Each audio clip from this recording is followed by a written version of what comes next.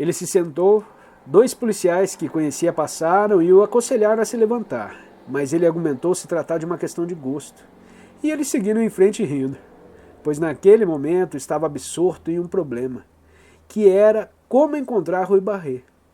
Ela morava por ali, em algum lugar daquela casa grande com sacadas de ferro, e a porta estava trancada, mas e daí? Teve a simples ideia de gritar até que ela aparecesse. Essa ideia foi substituída por outra igualmente lúcida. Bater a porta até que ela aparecesse.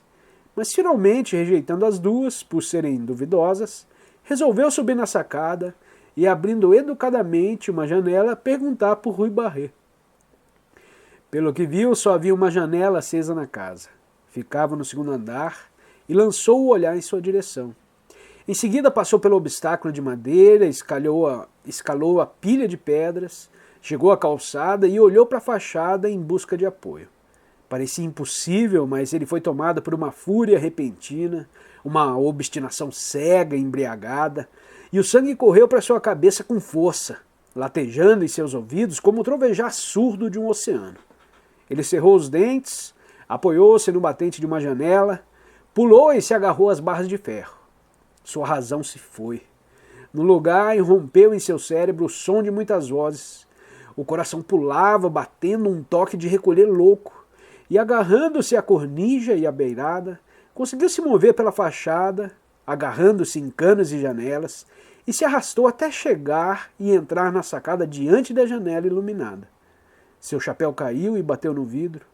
Por um instante ele se apoiou sem fôlego na grade e então a janela se abriu lentamente do interior. Eles se encararam por um tempo. A garota deu 2 passos trêmulos para trás, na direção do interior do quarto. Ele viu o rosto dela, todo vermelho, e a viu afundar em uma cadeira ao lado de uma mesa iluminada por um lampião. Sem dizer uma palavra, seguiu-a até o interior do quarto, fechando as 2 vidraças, grandes como portas, às suas costas. Então eles se olharam em silêncio. O quarto era pequeno e claro, tudo nele era branco. A cama com dossel, o pequeno lavatório no canto, as paredes vazias, a luminária de porcelana, e até o próprio rosto, se ele soubesse, mas o rosto e o pescoço de Rui estavam ficando da cor que tingia a roseira, florida no interior da lareira ao seu lado. Ele não pensou em falar, ela parecia não esperar por isso. A mente dele lutava com suas impressões do quarto. A brancura, a pureza extrema de tudo distraía e começou a incomodá-lo.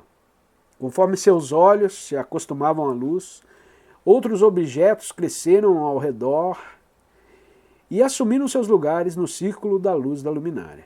Havia um piano, um cesto de carvão, um pequeno baú de ferro e uma banheira.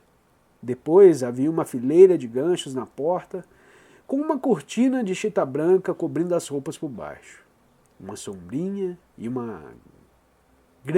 um grande chapéu de palha estavam na cama, e na mesa uma pasta de partituras aberta, um tinteiro e folhas de papel pautado.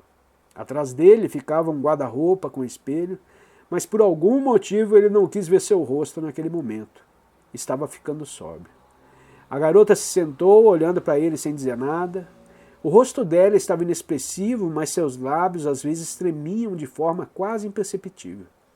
Os olhos dela, tão lindamente azuis à luz do dia, pareciam escuros e suaves como veludo, e a cada respiração, a cor de seu pescoço ora se intensificava, ora clareava. Ela parecia menor e mais magra do que quando ele a vira na rua, e havia algo de quase infantil na curva de sua bochecha. Quando finalmente ele se virou e viu o próprio reflexo no espelho, foi atravessado por um choque como se tivesse visto algo vergonhoso. Sua mente enevoada e seus pensamentos nublados clarearam. Por um instante, os olhos dele se encontraram, depois os deles buscaram o chão, seus lábios se apertaram e o conflito em seu interior levou sua cabeça a fazer uma reverência. Tensionou todos os seus nervos ao ponto de ruptura. Então, tudo terminou, pois sua consciência havia falado. Ele a ouviu sem muito interesse, mas já sabendo o final. Na verdade, ela pouco importava. O fim sempre seria o mesmo para ele. E ele ouviu sem muito interesse a voz que crescia dentro de si. Depois de um tempo ele se levantou e ficou de pé imediatamente. Com uma mão pequena pousada na mesa, ele abriu a janela, pegou o chapéu e a fechou de novo. Foi até a roseira e tocou os botões com o rosto. Uma rosa estava em um copo d'água na mesa e, sem pensar, a garota pegou, apertou-a nos lábios e pôs na mesa ao lado dele. Ele a pegou em silêncio, atravessou o quarto e abriu a porta.